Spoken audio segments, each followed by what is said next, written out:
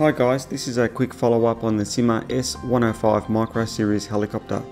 In the previous video I commented on how it had a tendency of turning right, and what I noticed was the rear vertical stabilizer and the motor were mounted on a slight angle. What I've done is gone ahead and straightened those up, and the results have been quite remarkable. It's improved the helicopter's performance quite significantly.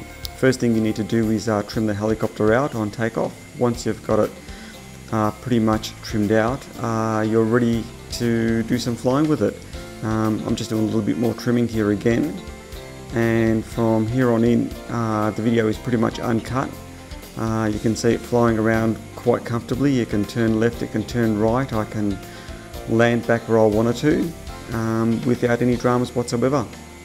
This little mod seems to work well, so if your helicopter has the rear vertical stabilizer and the motor mounted on a slight angle, you may want to do this modification. It's quite easy to do.